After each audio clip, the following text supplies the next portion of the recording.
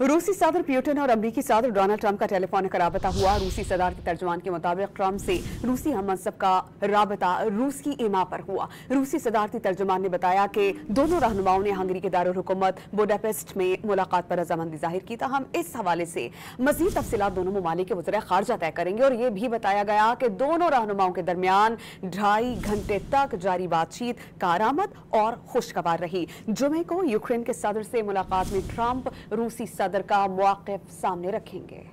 रूसी सदर पुतिन और अमरीकी सदर डोनाल्ड ट्रंप का टेलीफोनिक राबता हुआ। रूसी सदारती तर्जुमान के मुताबिक ट्रंप से रूसी हममंसब का राबता रूस की ईमा पर हुआ। रूसी सदारती तर्जुमान ने बताया कि दोनों रहनुमाओं ने हंगरी के दारुल हुकूमत बुडापेस्ट में मुलाकात पर रजामंदी जाहिर की। ताहम इस हवाले से मजीद तफसीलात दोनों ममालिक के वज़ीर खारजा तय करेंगे और यह भी बताया गया कि दोनों रहनुमाओं के दरमियान 2.5 घंटे तक जारी बातचीत कारआमद और खुशगवार रही। जुमे को यूक्रेन के सदर से मुलाकात में ट्रंप रूसी सदर का मौक़िफ़ सामने रखेंगे।